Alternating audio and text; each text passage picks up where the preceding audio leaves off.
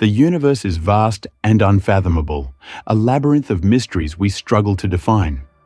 We question its anomalies, black holes, dark matter, parallel realities, but some enigmas refuse to be contained by logic. Among them, one chilling constant lingers: the phenomenon of alien abductions. Stories whispered in fear, fragments of lost time, and the unsettling presence of the Greys, a paradox woven into our reality. No tangible proof, yet the experiences persist, eerily similar, haunting those who dare to remember. In this story, I delve into the shadows, peeling back the veil to expose a truth that eludes comprehension. Forces beyond our control are at play, manipulating, experimenting, rewriting the boundaries of human existence. What is happening to us? And more terrifyingly, why? The answers may change everything we thought we knew. I am Dr. Reginald Strozier, dedicated to the rigorous investigation of extraterrestrial encounters. For many years, I have pursued the verifiable truths that lie beyond our conventional understanding, with a commitment to demonstrating that alien abductions are genuine occurrences rather than mere conspiracy theories. It is imperative that society acknowledges and seriously addresses this phenomenon. As I sit in my dimly lit office, drowning in a sea of scattered papers, grainy photographs, and half-finished notes, my bloodshot eyes flicker across the data, my pulse hammering in my ears. Years, countless years, have been spent chasing whispers of the unexplainable: abductions, missing time, shadowy figures lurking just beyond human comprehension. But something inside me is wrong. Deeply, terribly wrong. At first, I dismissed it as paranoia, the natural descent of a mind too entangled in madness. Yet the deeper I dig, the clearer it becomes. This is no delusion. The patterns are undeniable. Theories once laughed off as lunacy are now undeniable truths clawing at the edge of my sanity. And still, the government denies it all. They smother every inquiry, every question swallowed in a void of silence. I can't stay here. The walls feel too close, the air too thick. My skin crawls with the suffocating weight of unseen eyes. I need to leave. Carolyn, my wife, my tether to reality, is waiting for me. I'm late, too late, and she'll worry. I force myself up, shoving papers aside as I stagger to the door. The hallway is too dark, the world outside too still. The drive home is a blur of headlights and shadows stretching impossibly long in the night. The feeling gnaws at me, hollow and insidious.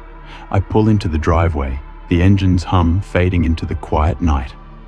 Stepping out, a familiar warmth settles over me.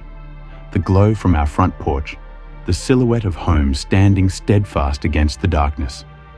As I push open the door, the rich aroma of a home-cooked meal drifts toward me, wrapping around my senses like a comforting embrace.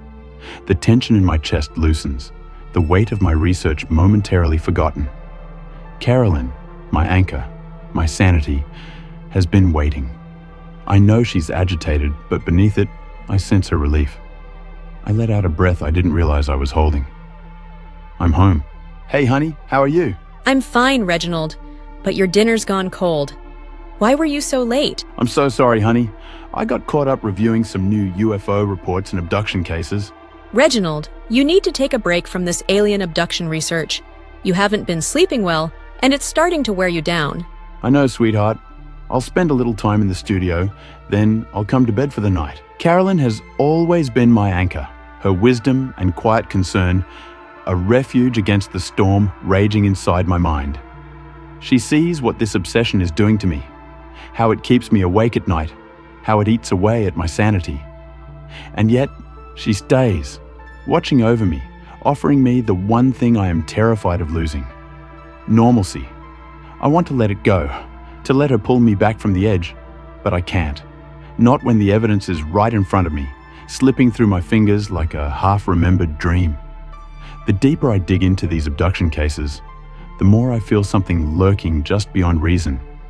Something that shouldn't exist but does.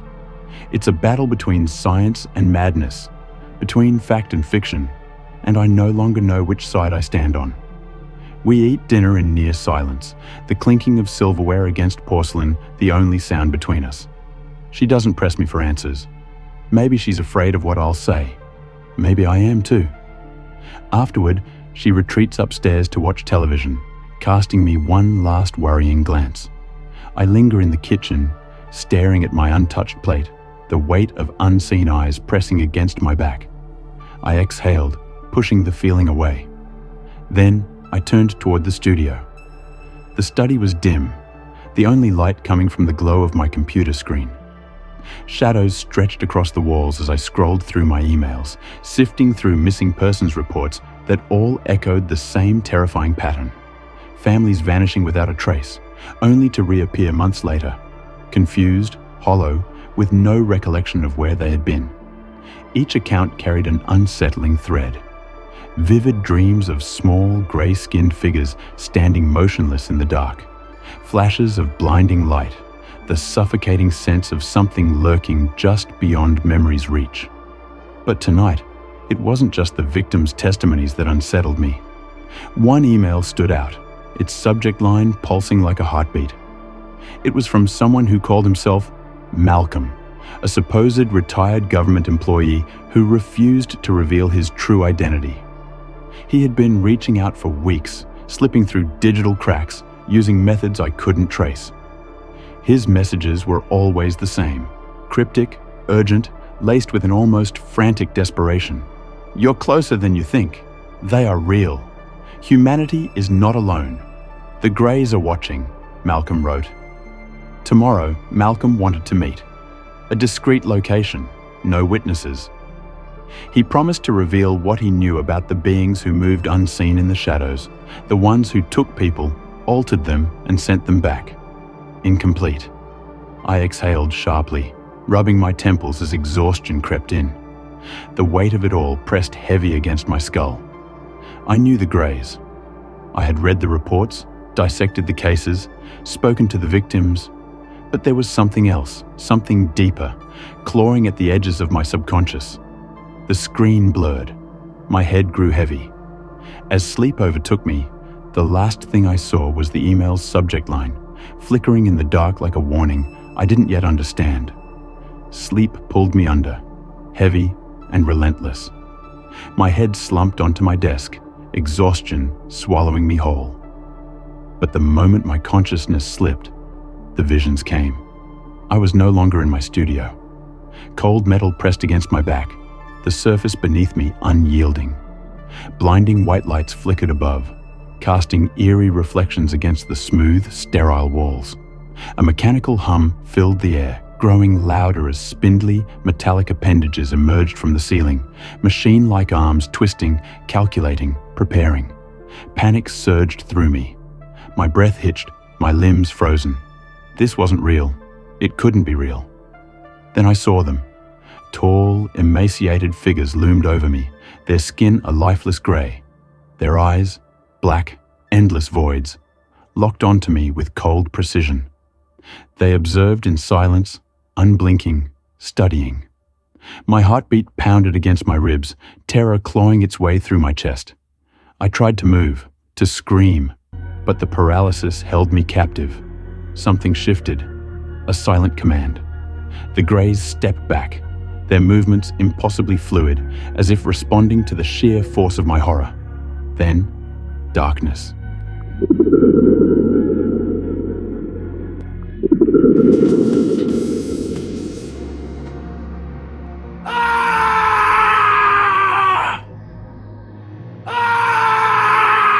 Reginald! I jolted awake, a scream ripping from my throat. Carolyn's frantic voice shattered the lingering haze. She burst into the study, her face stricken with concern. The world around me spun, my skin clammy, my body trembling. Her worried eyes locked onto mine. It was just a dream. You were asleep. But deep down, I knew. It wasn't.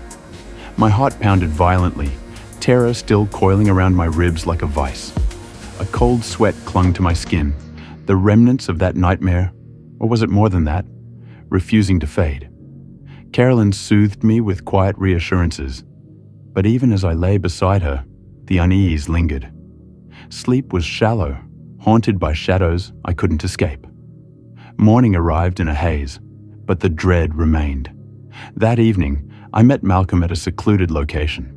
The air was thick with paranoia. The weight of unseen eyes seemed ominous. He was restless, shifting, scanning the area, his fingers twitching with nervous energy. Only when silence stretched too long did he finally exhale, his voice low and unsteady. A creeping sensation of unseen eyes lingered around us, sending a cold shiver down my spine. I could feel it. "Hello, Malcolm. I'm Reginald. Your email intrigued me. I've studied grey alien abductions for years, and it seems you have insight into their hidden agenda." Dr. Strozier, I'm glad you agreed to meet. What I'm about to reveal may seem far-fetched, but I was abducted, and they told me why they're here. Malcolm's voice was hushed, yet each word carried a weight that sent an unnatural chill through my spine. "They weren't always this way," he murmured. "Their story begins on a planet much like Earth, but in another universe." I leaned in as he continued. "They were once humanoid, not so different from us. But their civilization advanced at an unnatural pace, mastering technology and science until nothing else remained. Their world was stripped bare. No animals, no forests, no oceans. The sky, once blue, turned an endless black, choked by the hum of machinery. The surface became lifeless, inhospitable, and so they retreated underground, deeper into the cold embrace of their own creations. A strange gust of air flowed through the office, but Malcolm barely flinched. "They didn't just lose their world," he went on. "They lost themselves." I swallowed hard, unease pressing against my ribs. Without a connection to nature, without emotions, they became something other, cold, mechanical. Reproduction became impossible, so they turned to cloning. But something went wrong. Each generation lost something, a piece of their former selves. Over time, they devolved, flesh intertwined with machinery, minds with artificial intelligence. Until finally, the greys emerged. My pulse thundered in my ears. Eons passed, Malcolm continued. They perfected interdimensional travel, moving between parallel universes in search of a cure, a way to reclaim what was lost. That's why they're here, Reginald. They harvest human DNA, studying us, splicing it into their own in an attempt to reverse their decay. But it isn't just genetics they need. I barely breathed as he finished. They seek something far more elusive: spirituality, emotion, love, concepts they lost to time, sacrificed in the name of progress. They watch us, not just as test subjects, but as something greater, something they can never fully understand. His words lingered like a ghost in the cold night air. I wanted to dismiss it as fantasy, paranoia, but Malcolm's eyes, they told another story. After a long silence, I finally spoke. "We'll stay in touch." Malcolm nodded once, then vanished into the shadows, and I was left alone, heart pounding, mind racing, knowing deep down that I had just glimpsed something far more terrifying than I was prepared to understand. Something about Malcolm's story gnawed at me, a feeling that the truth was far darker than what I had been told. As soon as I returned to my office, exhaustion clinging to me like a second skin, I dove into my research. Stacks of reports, missing persons cases, maps marked with the locations of alleged abductions. Patterns emerged, but they were incomplete. Fragments of something bigger, something just beyond my grasp. I needed more. I needed to hear it from the victims themselves. One name stood out: Victoria Townsend. Her case mirrored too many others. She had been driving alone on a desolate back road in Canton, Georgia, heading toward Cartersville, Georgia on Highway 5. It was around 1 a.m. when she saw it, a piercing light in the sky. Then her car stalled. The next thing she remembered, she wasn't on the road anymore. The rest of her report was frustratingly vague, as if something prevented her from recalling the details. I had to speak with her. Dialing her number, I braced for rejection. At first, she hesitated, her voice tight with unease. But something in my words must have reached her. After a long silence, she agreed to meet. As I hung up, my phone rang again. It was Carolyn. "I have an interview with an abductee," I told her, keeping my voice steady. A pause. Then she replied, "Be careful." The worry in her voice unsettled me more than I cared to admit. Victoria's house was small, secluded, tucked away from the main road as if she were hiding from something unseen. She greeted me with wary eyes, the weight of unspoken horrors evident in her expression. As we sat, she took a deep breath, her hands trembling against her lap. "I don't talk about that night," she murmured, "but it never leaves me." The room felt colder. The shadows seemed to stretch. And then, in a voice barely above a whisper, she began. Her words came haltingly at first, then faster, more frantic, as if the memory had been clawing its way out, waiting for someone to listen. The light, the paralysis, the figures watching her. As she spoke, something twisted deep in my gut. I had heard these stories before, but never like this. Never with such raw, unfiltered terror. I realized then, Victoria wasn't just telling me what happened. She was reliving it as she spoke in her words. "Thank you, Ms. Townsend. I appreciate your time. I know this is difficult, but I'd like to hear about your experience firsthand." Dr. Strozier, my story is difficult to relive, but I need closure. The highway was an endless void, the night swallowing everything beyond my headlights. 1 a.m., no streetlights, no signs of life, just the hum of my tires and the weight of exhaustion pressing down. I spotted a service station, a last hope for an energy drink, closed, lifeless, as if it had never existed. With a sigh, I gripped the wheel. That's when I saw them, lights in the distance, too bright, too perfect, gliding toward me. At first, I dismissed them as headlights, but they didn't flicker, they didn't break. A low hum filled the air, deep, vibrating in my ribs. My fingers tightened around the wheel. A chill slithered down my spine. The lights were coming for me. My instincts screamed to leave. My body refused to move. The engine sputtered, the world dimmed, then nothing. The void swallowed everything. Blinding light erupted, consuming the highway. My pulse pounded. The air shimmered as figures emerged, tall, slender, with black, soulless eyes. The car died. The radio crackled, whispers slithering through the static. I reached for my phone. My limbs were heavy, disconnected. Something pulled me, cold, unstoppable. My seatbelt unlatched on its own. My breath caught. I was weightless. Darkness. Then a blinding white room. Metallic walls pulsed with light. Shadows loomed. A mechanical arm descended. I tried to scream. Nothing. My voice was stolen, my body frozen. Terror clawed at my mind as a glowing white orb hovered over me, scanning every inch of my skin. A cold mechanical device pierced my arm, sliding beneath my flesh. No pain, just the sickening awareness of something foreign inside me. A single tear traced down my cheek. Then, darkness. I jolted awake, slumped in my car. The dashboard clock flickered. An hour had passed. The night was still, unnaturally silent. I gripped the wheel, my hands trembling, my mind blank. For days I felt normal. Then the memories seeped in, fragmented, dreamlike. The light, the sounds, the shadows. Each recollection tightening its grip, whispering the undeniable truth. Something had taken me, and something had been left behind. As she spoke, her voice trembled, each word laced with anguish. Shadows of torment lingered in her hollow eyes. Haunted, broken. She wasn't the same, not since that night. I understood her pain, felt it seep into my bones. My own reality had begun to unravel in the same way. Then, at the end of her story, her breath became hitched. A chill swept through the room. Her gaze snapped to the window, eyes wide with fear, pupils dilated as if sensing something unseen. The air thickened, suffocating. "They're here," she whispered, her voice barely audible, yet sharp as a dagger.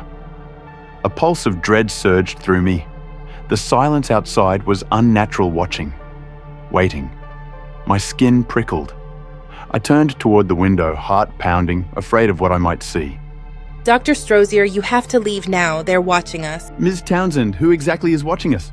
The owl perched outside her window was unnatural, too still, too knowing. Its unblinking gaze bore into me, almost otherworldly in its intensity. A shiver ran down my spine. Why was it here? Ms. Townsend's fear escalated. "You need to leave," she insisted, her voice sharp with urgency. Without another word, she ushered me to the door. As I stepped outside, the owl turned its head, watching me. Something about it felt wrong. I got into my car and drove into the darkened highway, exhaustion pressing heavy on me. Fatigue blurred the road ahead. I needed to clear my head. A convenience store appeared on the left, my salvation. But as I pulled in, my stomach tightened. It was closed, and there it was, the owl, perched on the roof, bathed in an eerie glow.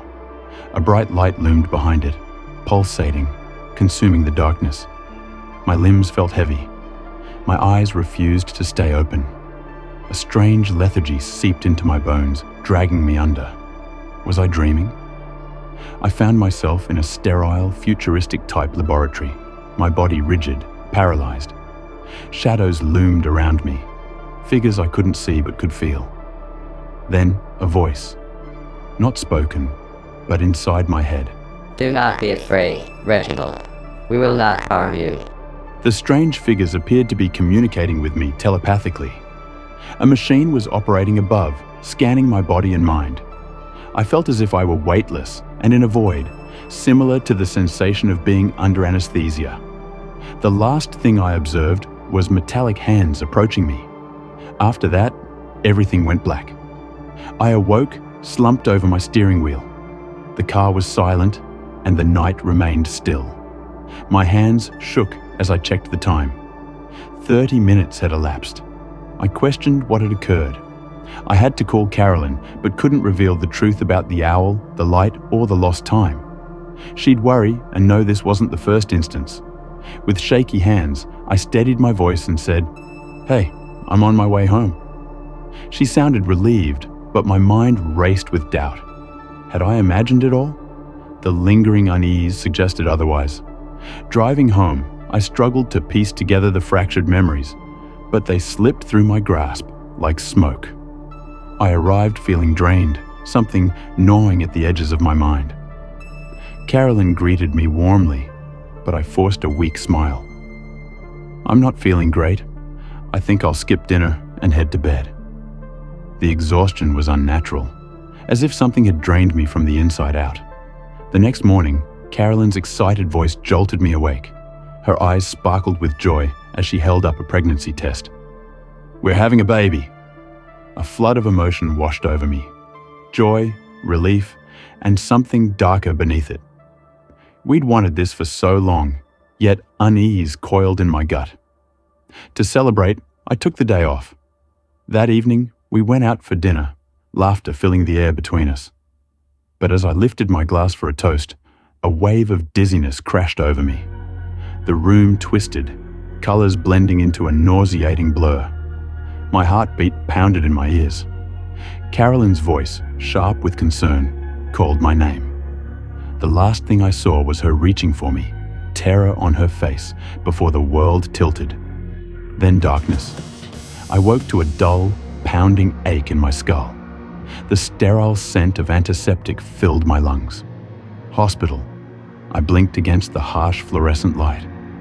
Carolyn sat beside me, her fingers wrapped tightly around mine. Her eyes, swollen with worry, softened when she saw me stir. "What happened?" You collapsed. They said it was from extreme exhaustion, and you haven't truly slept in a week. A week? My mind reeled. The nurse entered, checking my vitals, but I barely registered her presence. The weight of Carolyn's touch anchored me, a reminder of the life we were building. Our child. I had to get better. For them. Dr. Burnett arrived soon after, his expression grave. "You're suffering from extreme insomnia, but there's something else, a cerebral aneurysm. If left untreated, it could be fatal." "Are you sure, doctor? There has to be another way." "Without surgery, I can't guarantee your survival." Carolyn appeared distressed. with tears forming in her eyes. A sense of foreboding settled within me. My extensive research on the grey aliens and the abductions had previously been my focus. However, my priority had now shifted. My child required my attention. Carolyn needed my support. I was determined to take action. They administered a sedative to help me sleep. As the drug took hold, my body sank into the mattress. My eyelids fluttered shut. Then, darkness. I wasn't in the hospital anymore. I was somewhere else. A metallic room, a sickly white glow. My body paralyzed, restrained. The hum of machinery vibrated through my skull. Shadows loomed over me, tall skeletal figures with soulless black eyes. A needle-like device descended. Something sharp pressed against my temple. A wet warmth slid down my cheek. Blood. But I felt nothing. No pain. Only an overwhelming, suffocating sense of detachment. Inside my mind, a foreign presence stirred. You cannot escape us, Reginald. My screams never left my throat.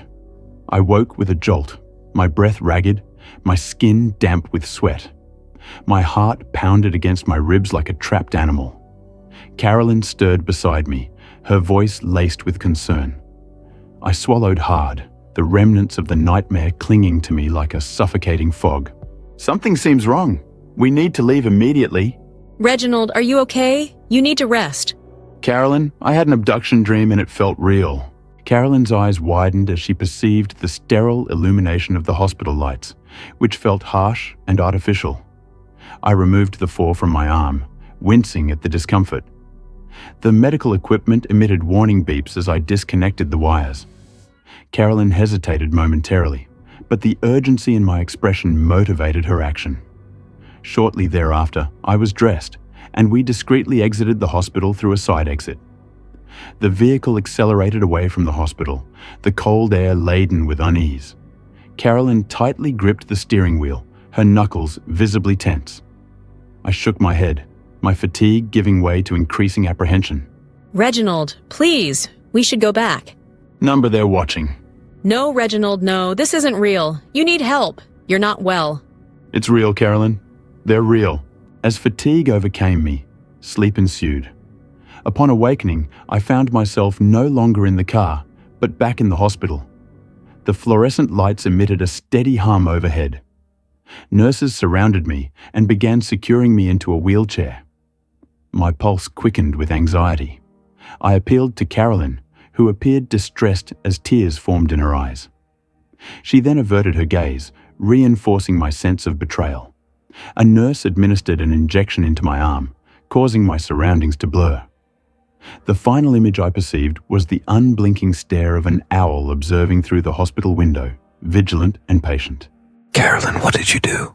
Reginald, I'm so sorry, but this is what's best for you. I love you and just want to keep you safe. Sleep drew me down like a riptide, plunging me into a dizzying abyss. I was no longer in the hospital, no longer in control. My body drifted weightless as dark, shadow-like people brought me to an operating room. My intellect shouted, "This isn't real!" But I was too medicated and distant to resist it. Cold light flashed overhead, and through the haze, I saw them, eerie, elongated machines humming in the darkness, their forms barely apparent and pulsating with an odd glow. Subsequently, the dream transitioned. I found myself back at the location of my abduction, secured to the same cold metallic table. The atmosphere was thick with an artificial sterile scent. The entities known as Greys surrounded me, their black, emotionless eyes reflecting my fear like an infinite void. Despite my efforts to move, my limbs remained unresponsive. Panic rose within me, but I could not wake up. Then, a voice, devoid of sound or visible speech, entered my mind. The voice was unsettlingly familiar. I turned my head, and there it was, perched in the shadows behind the aliens. A figure resembling an owl. Its glowing, otherworldly eyes fixated on me, and I understood with a chilling clarity that it had never been merely an owl. It had been observing all along, waiting and guiding. Do not be afraid, Reginald, you don't understand. We need you. You're vital to our hybridization program, the key to saving our species. Everything you've experienced came from your own mind within the hologram matrix. Wait, I don't understand. Where am I?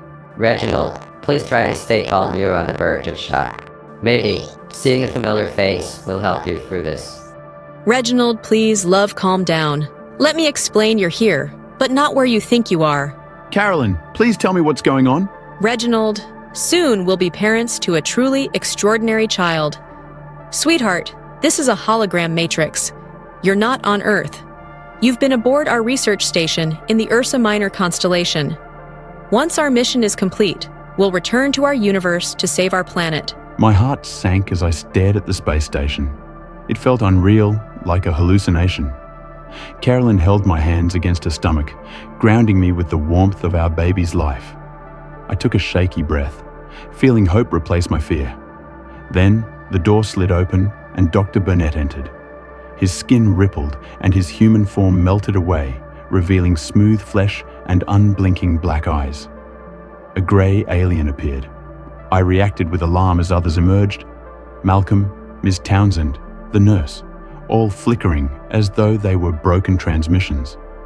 Their forms shimmered, oscillating between human and another form. The air itself seemed to distort, with the walls bending and shifting, suggesting reality was disintegrating. The illusion collapsed. The hospital environment dissolved, revealing an extensive, metallic, and unsettlingly silent space. The natural elements and daylight vanished, replaced by an endless expanse of alien architecture devoid of humanity, a space station.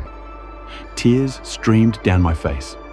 Carolyn held on to me, uttering something, but her voice, once familiar, now felt like part of the deception. Sweetheart, don't worry, you're safe. You, me, and our child are connected as one. I love you, Reginald. She pressed her lips to mine, arms tightening around me in a firm embrace.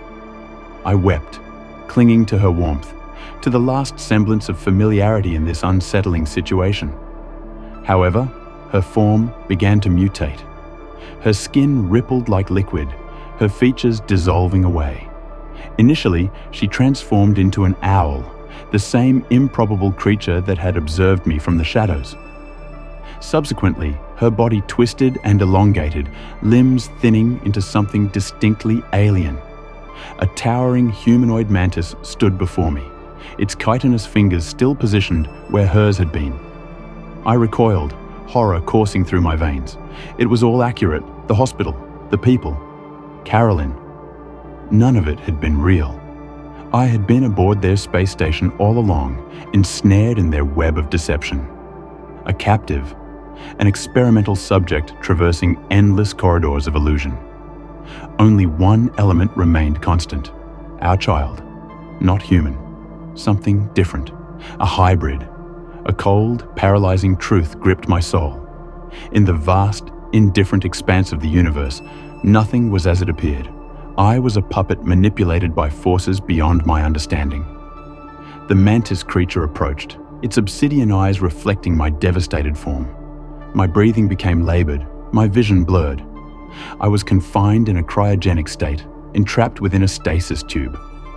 My screams reverberated, but they were consumed by the cold, sterile silence. Panic surged through me, yet it proved futile. My body immobilized, my voice reduced to a whisper in the void. It was too late.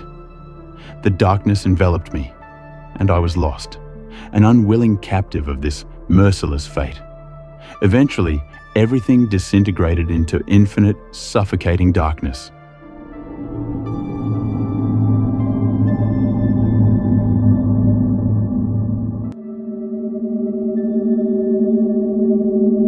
Help me, please help me.